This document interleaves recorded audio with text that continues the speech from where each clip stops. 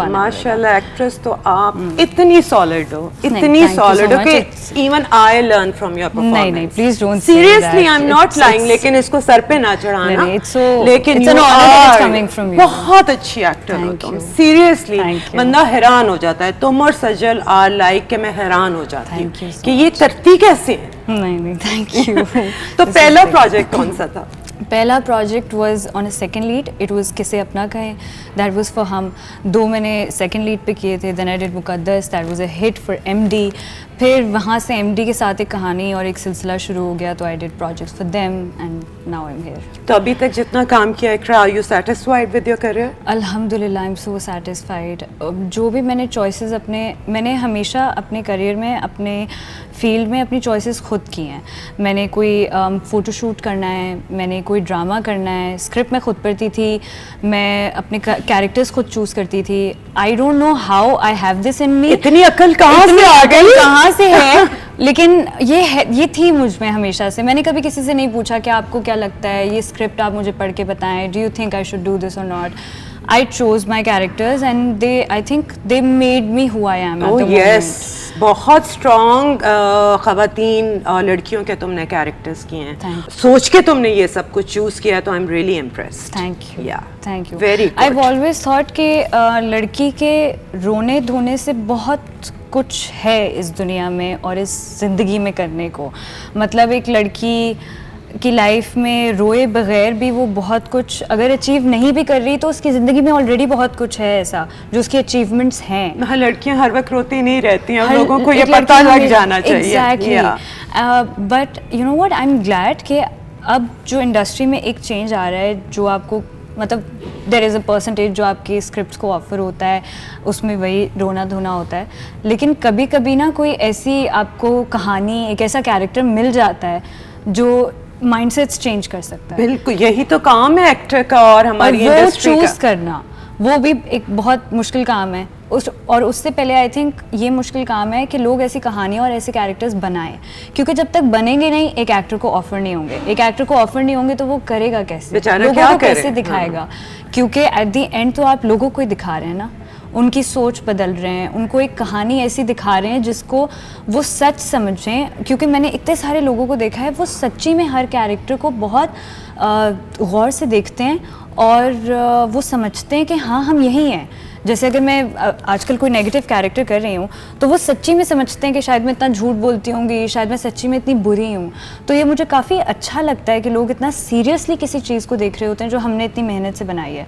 तो why not do something जो उनकी ज़िंदगियाँ बदल सके, rather than just showing them कि जी एक औरत या तो झाड़ू पोछा कर सकती है, या तो एक शौहर के लिए खाना बना सकती है, या तो शौहर जब ऑफिस से आए तो उसका ब्रीफकेस उठा के कमरे में लगा के बोल सकती है अच्छा जी आप आ गए, मैं खाना लगा दूँ आपके लिए, आप फ्रेश हो जाएं।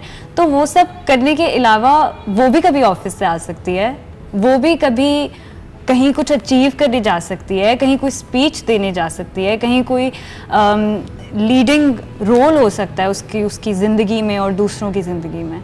So I think it's very important for the channels and the production houses to make something like that. ऐसे मियाँ भी दिखाएं जब बीवी थकी हुई आए तो ना फरमाइश करें, वो कहें बेबी तुम क्या खाओगी, मैं गरम कर दूं? बिल्कुल। अच्छा, वैसे सच्ची बताऊं, ड्रामे की तो एक हट के बात है। मैं बड़ी खुश हूँ और मैं बड़ी लकी हूँ। मैं जितना अपना अल्लाह का शुक्र अदा करती हूँ ना अपनी ज़िंदगी के लिए, जो मेरी शादीशुदा ज़िंदगी है, वो उतना कम है।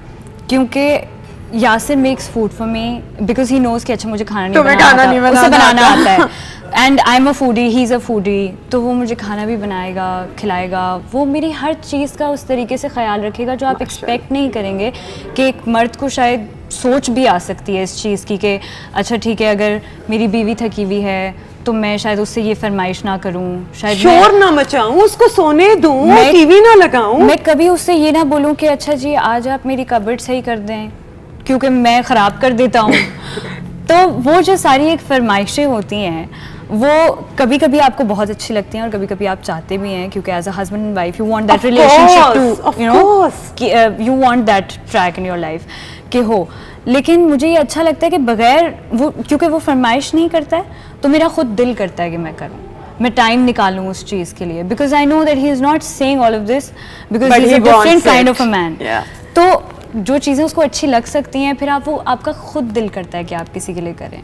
उसको बड़ा शौक था मेरी बीवी मेरे लिए खाना बनाए, तो मैंने उसको कल रात को खाना बना के खिलाया, उसकी बहन से पूछ के, and I am so happy कि सबको पसंद आया। उसके दोस्त भी आए हुए थे एंड आई वाज लाइक पहली दफ़ा खाना बनाया, वो वाला सीन था। So I am happy that all. तो अब सीखोगे उसके लिए खाना बनाना? मैं बिल्कुल आहिस्ता आहिस्ता करी हूँ, बट इट्स नॉट लाइक कि मैं ज़बरदस्ती कहीं से, मेरा जब दिल होता है मैं बहुत दिल से हर चीज़ करती हूँ। मैं ये नहीं कर सकती कि मैं ज़बरदस्ती किसी के लिए करूँ, क्योंकि जब आप अपना दिल किसी चीज़ में डालते हैं ना, कोई काम करते हैं किसी के लिए, तो वो दिखता भी है। बिल्कुल। क्योंकि मैंने दिल से कल खाना बनाया तो वो खाना अच्छा भी बना, उसमें कोई गलती की गुंजाइश नहीं थी। तो क्यों आप किसी के लिए कुछ बहुत ज़्यादा ज़बरदस्ती करें, या तो आप बिल्कुल ही बोल दें कि यार नहीं कर सकते, वो ज़्यादा अच्छा है। Honesty is better than that. अच्छा, तो मुझे वो बताओ वो मोमेंट कौन सा था व्हेन यू सेड कि ही इज़ द वन?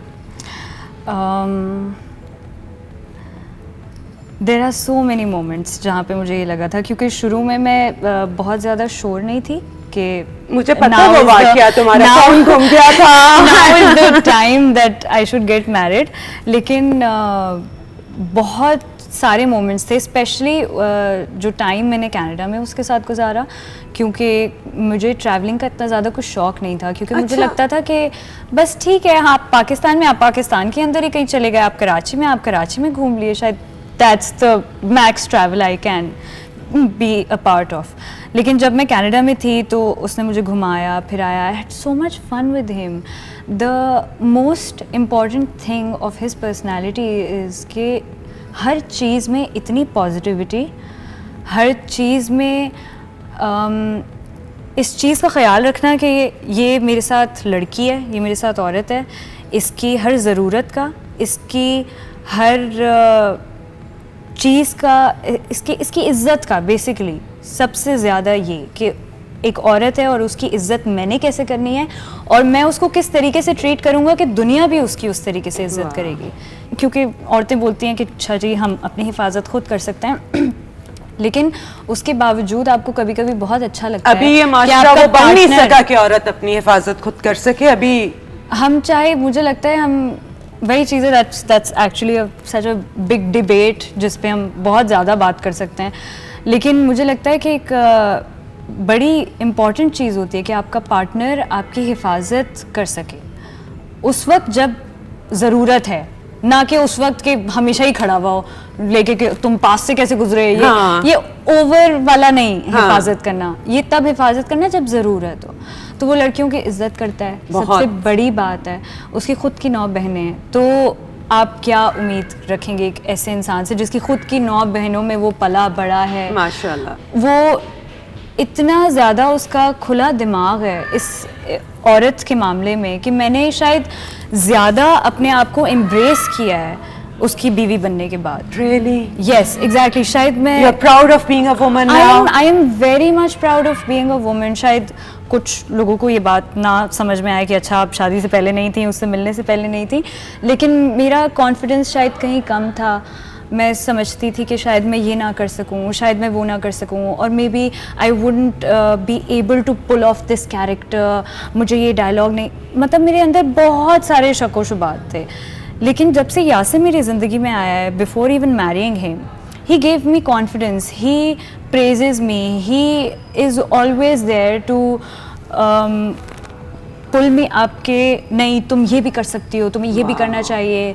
अभी वो मुझे पिछले दिनों बोल रहा था कि you should go and do a nice oil painting की क्लास या कहीं भी कुछ भी।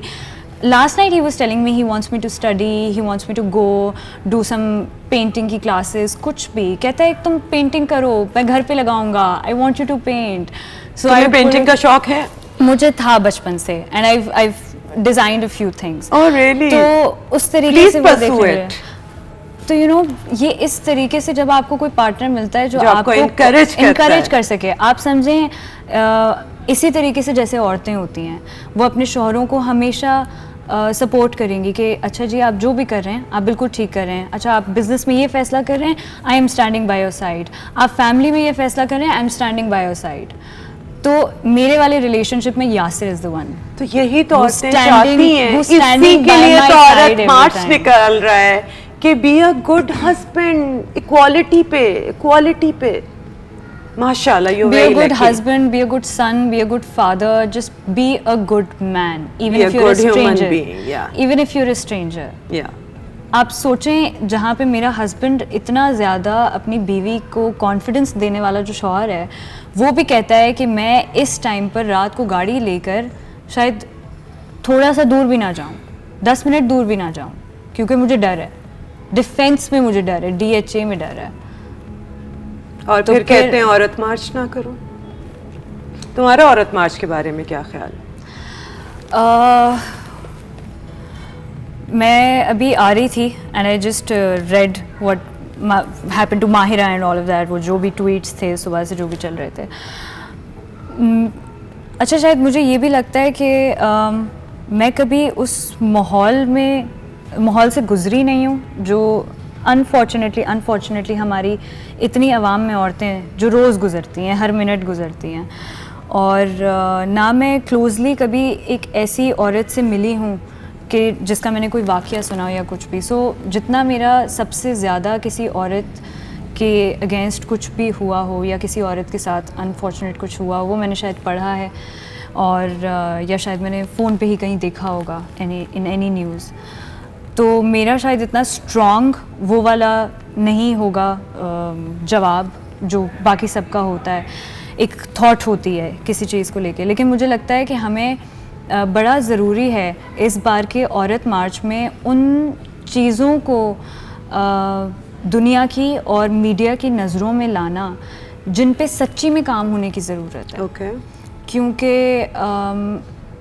मैं टांगे किस तरीके से करके बैठूं, जो सबसे ज़्यादा स्लोगन हमारा सबसे फेमस था पिछली बार औरत मार्च का, वो हो गया, वो एक बच्ची ने बना के लाई थी, लेकिन वो फेमस कर दिया गया। वो काफ़ी अच्छा भी था। लेकिन मुझे लगता है कि वो बात हमें अपने माँ बाप को सिखाने की ज़रूरत है कि आप हमारे माँ बाप हैं, मैं आपकी बेटी हूँ, आप मुझे ना सिखाएं कि मैं टांगे बंद करके बैठूं या आलती पालती मार के बैठूं या मैं टांगे किसी भी तरीके से करके बैठूं या मेरा कोई भी पोस्चर हो, क्योंकि आपके माँ बाप ही आपको सिखाते हैं। आपकी माँ आपको सिखाती है कि बेटा देखो ऐसे ना बैठो। आप कहीं बाहर जाते हैं तो आपकी कोई मदरली फिगर ही होती है जो आपको बोल रही होती है कि बेटा ऐसे नहीं बैठो। बिल्कुल सही है। क्योंकि वो आपसे उम्र में बड़ी होती है, शायद क्योंकि उसको भी वही सिखाया गया है बिल्कुल और शायद सही। उससे जो बड़ी होंगी उनको भी वही सिखाया गया है। तो ये एक बहुत दूर की सोच है Deep rooted है। जो चलती आ रही है। नहीं, और आप हर तो कोई बड़े सिखा रहा मसलों होता की इकरा बात कर रही हो, पर अभी आपने एक मसला बताया कि कोई भी लड़की निकले वो घूरी जाती है। है, वो घूरी जाती है। तो ये मसला तो हम सबका है ना। मुझे लगता है कि इस सोच को शायद बदलने में हमें काफ़ी से ज़्यादा अरसा चाहिए।